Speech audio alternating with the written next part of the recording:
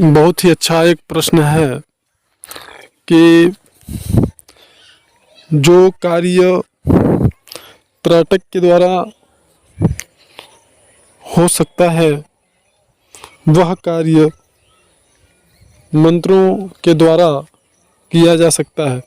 आप इसको ऐसे समझ लें कि अगर किसी व्यक्ति ने त्राटक सिद्ध किया हो और कोई व्यक्ति किसी मंत्र को सिद्ध किया हो, तो क्या जो कार्य त्राटक सिद्ध व्यक्ति कर सकता है वह कार्य किसी भी मंत्र को सिद्ध करने वाला दूसरा व्यक्ति क्या वही कार्य को कर सकता है? यह महत्वपूर्ण सवाल है, यह महत्वपूर्ण प्रश्न है। अब इसको आप ऐसे समझ सकते हैं कि जैसे हम भी बताते हैं और अपनी प्रीवियस वीडियो में हमने बताया है कि कभी भी त्राटक करते समय या ध्यान करते समय मंत्र का जाप नहीं करना होता है। मानसिक रूप से या वाचिक रूप से या उपांशु रूप से मंत्र का जाप नहीं करना चाहिए। यह हमने अपने प्रीवियस वीडियोस में बताए हैं। वैसे तो बहुत सारी जानकारियाँ उपलब्ध हैं यूट्यूब और सोशल मीडिया पे, जिसमें यह बताया जाता है कि त्राटक के समय में इस मंत्र का जाप करिए तो आपको सिद्धता बड़ी जल्दी प्राप्त हो जाती है, या ध्यान के समय में इस मंत्र का जाप करिए तो आपको सिद्धि आपका ध्यान बड़ा जल्दी लग जाता है। अब यहाँ समझने वाली बात यह है कि हम ध्यान करते हैं या त्राटक करते हैं तो सबसे पहली चीज़ जो परम आवश्यक होती है वह होती है मन को एकाग्रचित करना। मन की जो चंचलता है वो जब तक मन स्थिर नहीं होगा तब तक हमें त्राटक हो या ध्यान हो उसमें सफलता प्राप्त नहीं हो सकती, हमारा ध्यान नहीं लग सकता, हमारा जो त्राटक में विकास है आंतरिक वह विकास नहीं हो सकता। इन चीज़ों को हमें समझना आवश्यक है।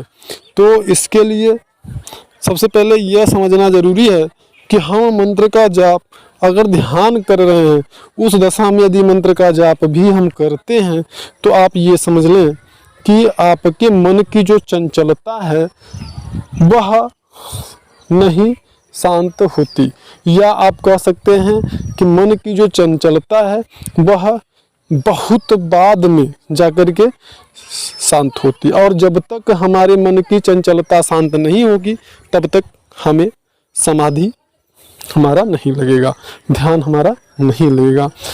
और इसी प्रकार से अगर हम त्राटक करते हैं और उस दशा में मंत्र जाप करते हैं तो एक अवरोध सा महसूस होता है, एक अवरोध सा हमें महसूस होता है। अगर कोई भी साधक या कोई भी भाई बंधु अगर कर रहे हों त्राटक तो वो इस चीज़ को प्रैक्टिकल करके देख सकते हैं।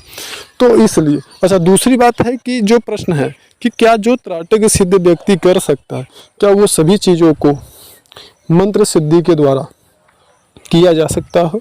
तो ये सत्य है कि जो त्राटक के द्वारा किया जा सकता है वो सभी क्रियाएं मंत्र सिद्धि के द्वारा हो सकती हैं। लेकिन अगर दोनों एक निश्चित अवस्था में हो तो, क्योंकि त्राटक सिद्धि कोई बिंदु पर ही त्राटक को सिद्ध करता है और वह अपने आप को पूर्ण मान लेता है, तो कोई लव पर त्राटक को सिद्ध करता है और खुद को पूर्ण मान लेता है।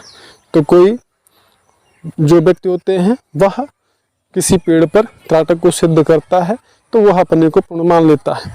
तो इस प्रकार से यह निश्चित पहले है कि जो त्राटक सिद्ध व्यक्ति है उसकी जो अवस्था है वो क्या है, क्योंकि सभी साधक की जो सामर्थ्य होती है अलग अलग होती है। जिस प्रकार से सभी साधक मार्गदर्शक पद पे नहीं बैठ सकते हैं, वो अपनी सामर्थ्य के अनुसार वो जो है मार्गदर्शक के पद पे बैठा जा सकता है।